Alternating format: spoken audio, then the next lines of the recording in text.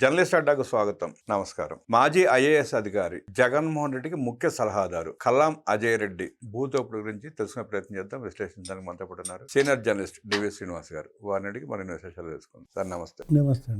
జగన్మోహన్ రెడ్డి ముఖ్య సలహాదారుడు వివేక చనిపోయిన రోజు కూడా ఫస్ట్ టైం ఈయనకే చెప్పాడు జగన్ రెడ్డి ఆ చావు కబురు. అది తెల్లరగట్ట 4 గంటలకి. దాని ఫలితమో లేదా ఇంకేదన్నా కానీ ఆయన జరిపిన భూదోపిడి మామూలుగా లేదంటూ వార్తలు వస్తున్నాయి. అజయ్ కల్లాం రెడ్డి భూదోపిడిని ఎట్లా చూస్తారు సార్? 36 ఏళ్ళుగా ఆయన సర్వీస్ ఐఏఎస్గా అంటే 83 బ్యాచ్ అనుకుంటాను. అంటే ఆయన అటు కలెక్టర్గా, కార్యదర్శిగా, ముఖ్య కార్యదర్శిగా, అసలు ప్రధాన కార్యదర్శిగా, ఇక సిఎస్ ఆయన చెయ్యని పదవి లేదు ఆంధ్రప్రదేశ్లో. అంత అనుభవం, అంత పరిపాలన దక్షత అజయ్ కల్లాం. అవినీతి దక్షత ఏది జగన్మోహన్ రెడ్డి పంచన చేరి ఇప్పుడు ఈరోజు బ్యానర్ ఐటమ్ ఈనాడులో కానీ ఇతర పేపర్లలో కానీ ఆ జగనన్న ఇళ్ల కాలనీల్లో ఆ భీమిలి మండలంలో పేదలకు ఇచ్చిన భూములు 15 స్థలాలు ఈయన కొన్నాడంటే 15 ప్లాట్లు, ఒక్కొక్క ప్లాట్ 500 గజాలు ఉంటుంది.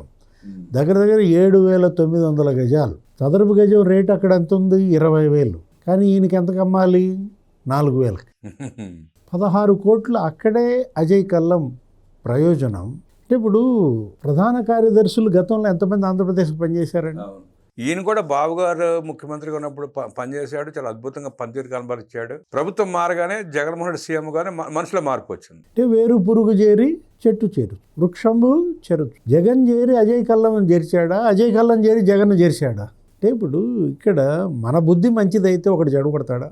గతంలో మోహన్ కందా పనిచేశారు. ప్రధాన కార్యదర్శిగా పనిచేసినటువంటి వాళ్ళు, ఐఏఎస్లుగా పనిచేసినటువంటి వాళ్ళు కేంద్రంలో ఉన్నత స్థానాలకు వెళ్ళారు. దువ్వూరు సుబ్బారావు అయితే అసలు ఆర్బీఐ గవర్నర్ అయ్యారు. సూడాన్, లేకపోతే మరి సి ఉమామహేశ్వరరావు, హీరాలాల్ సమారియా. ఇప్పుడు ఒకటి వాళ్ళు పనిచేసిన రాష్ట్రానికి పేరు తెచ్చారు, వారు చదువుకున్న చదువుకి పేరు తెచ్చారు. ఇక్కడ జగన్ హయాంలో పనిచేసిన ప్రధాన కార్యదర్శి జవహర్ రెడ్డి మనం చూసాం. అతనిపై అవినీతి ఆరోపణలు. మీరన్నట్టుగా చంద్రబాబు, రాజశేఖర్ రెడ్డి వాళ్ళు పనిచేసినప్పుడు అప్పటి వరకు ఒక రకంగా పనితీరు, జగన్ దగ్గర చేరగానే ఎలా చెడిపోయారు. భోగాపురం ఎయిర్పోర్ట్ పరిసరాల్లో మొత్తం 900 ఎకరాలు మరి అతని బినామీలు, అతని బంధువులు, ఇతని మీదే ఆ రోజు మూర్తి యాదవ్ ప్రెస్ మీట్లు పెట్టి కేసులు కూడా వేసినట్టున్నాడు, డాక్యుమెంట్లతో సహా ఇచ్చాడు. ఇప్పుడు జవహర్ రెడ్డి, అజయ్ కల్లాం ఇవాళ జగన్మోహన్ రెడ్డి 2 కళ్ళుగా, అవినీతి కళ్ళుగా. ఇతను అయితే అసలు మరీ ఘోరం. అజయ్ కల్లాం అసలు శ్రీశైలంలో గుడినే మింగాలని చూశారు. సేనాని సుబ్రహ్మణ్య స్వామి ట్రస్ట్ బాగుందా అంటే అక్కడ ఏనుగు చెరువు జగన్మోహన్ రెడ్డి 9 ఎకరాలు వీళ్ళకి రాసి ఇచ్చాడు.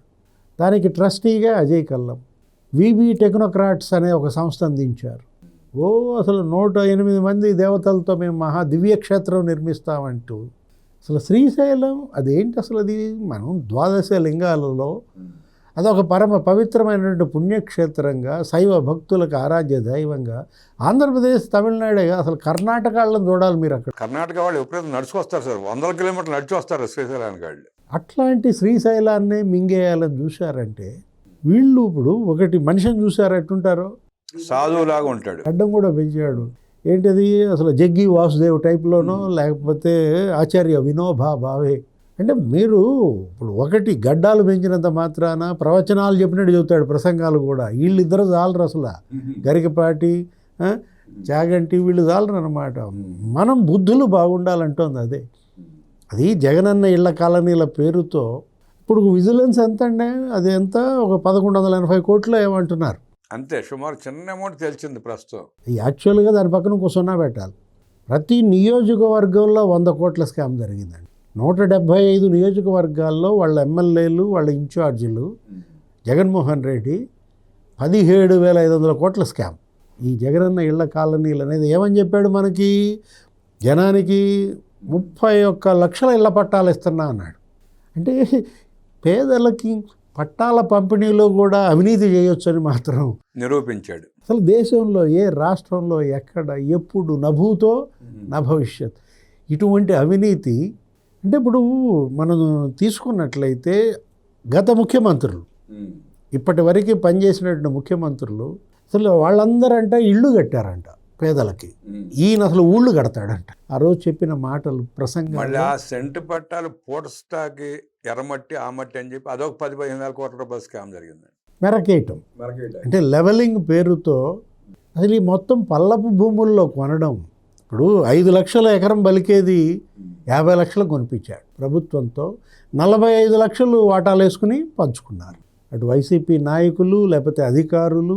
ఆ రైతుకి ఏదో పాపం అతను భూమి అతనిది, అతనికి దక్కింది 10 లక్షలు. సరే 5 లక్షలు 10 లక్షలు వచ్చింది కదా అనుకుని అతను సంతోషపడే లోపు తన భూమి మీద వాళ్ళు 40 లక్షలు తిన్నారని తెలిసి, అరే ఇప్పుడు 10 లక్షలు ఎకరం చేసే భూమి ₹1 కోటి కొనిపించారండి. విడుదల రజనీ పైన అదే కేసులు మీకు గుర్తుందా? మీరు అన్నట్టు ప్రతి ఎమ్మెల్యే మీద ఆ కేసు ఉందండి. ఎడ్లపాడులో రైతులు అసలు ఆమె మంత్రిగా ఉన్నప్పుడే, జగన్మోహన్ రెడ్డి ముఖ్యమంత్రిగా ఉన్నప్పుడే స్టేషన్లో కేసు పెట్టారు. ఆ రోజు రాజీ చేసుకుంది. ఏది 1,30,000 ఏమో ఇవ్వాలి, ₹1,30,00,000. ₹1,30,00,000 ఇవ్వాలి. అందులో ఏదో ఒక 70 లక్షలు ఇచ్చి మాఫీ చేసుకుని మిగతాది మళ్ళీ నేనే గెలుస్తా, మంత్రి అవుతా, అప్పుడు మళ్ళీ ఆ పేమెంట్ చేస్తానని ఆ కేసు ఏదో అట్లా పెండింగ్ పెట్టింది.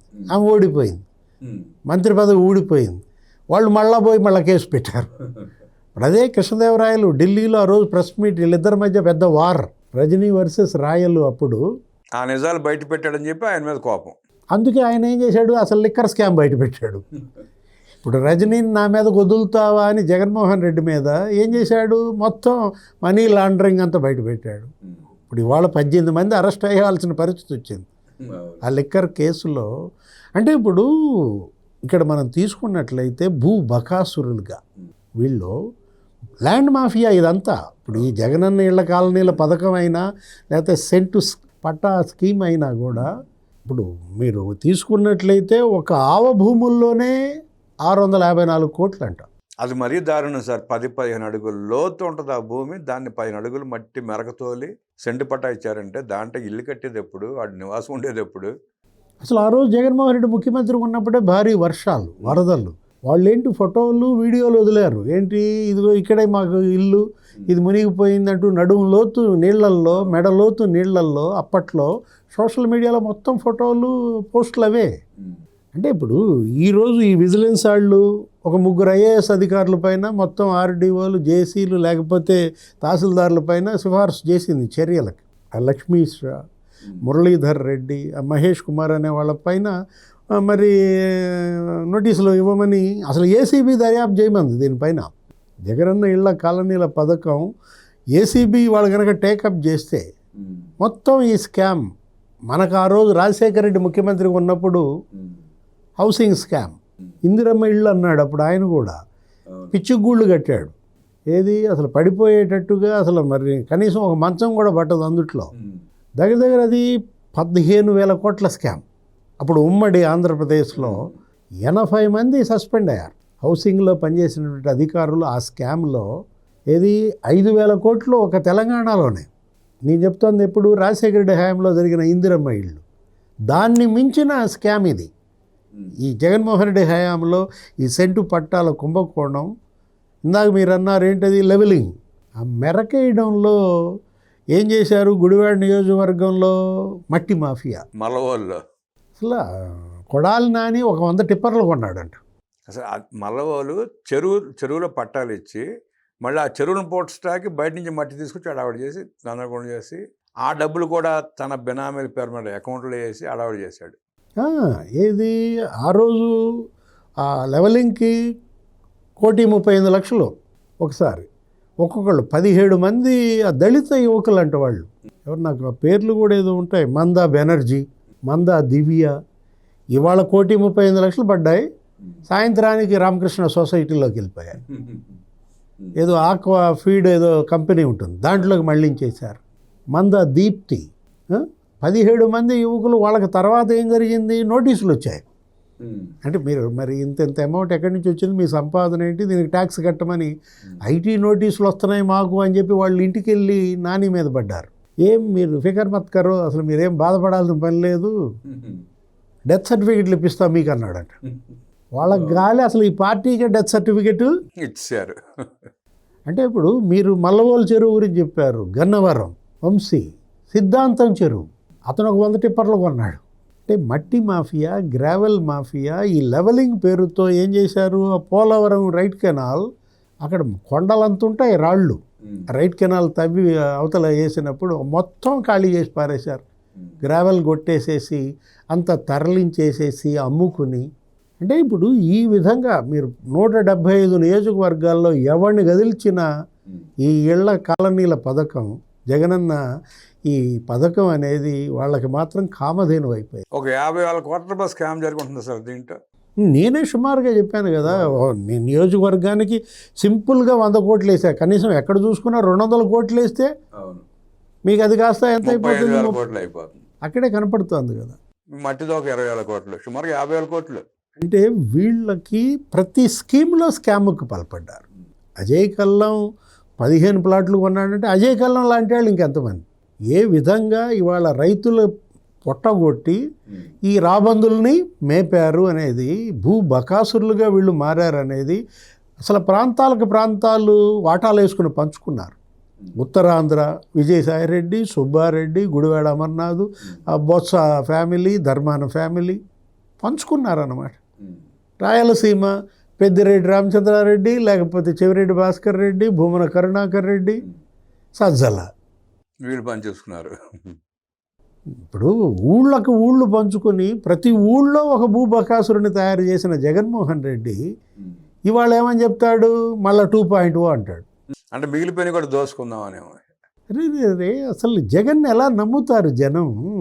ఒకసారి ఒక ఛాన్స్ అని నువ్వు కాళ్ళు గడ్డాలు పట్టుకుంటేనే నువ్వు ఇన్ని భూ కబ్జాలకు పాల్పడి ఈ విధంగా పేదల భూమిని నువ్వు మరి పూర్తిగా కబ్జా చేసిన నువ్వు, జగన్ వస్తున్నాడంటే జనం ఎంత భయపడుతున్నారో కానీ భూమి మాత్రం బాగా భయపడతాను. భూమి వణికిపోతారు సార్.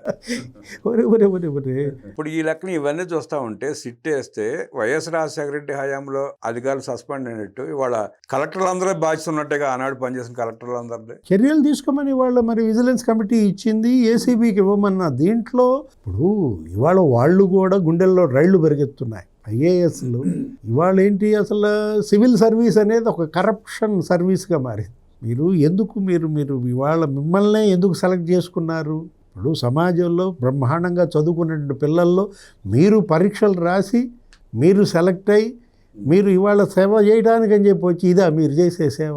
దీన్ని సేవ అంటారా? ఆ వ్యవస్థ ప్రతిష్టను దిగజారుస్తున్నారు. సెంటు పట్టా పేరిట దోచుకున్న విధానాన్ని మనకు అద్భుతంగా విశ్లేషించిన డివి శ్రీనివాస్ గారికి ధన్యవాదాలు తెలియజేస్తూ నమస్కారం.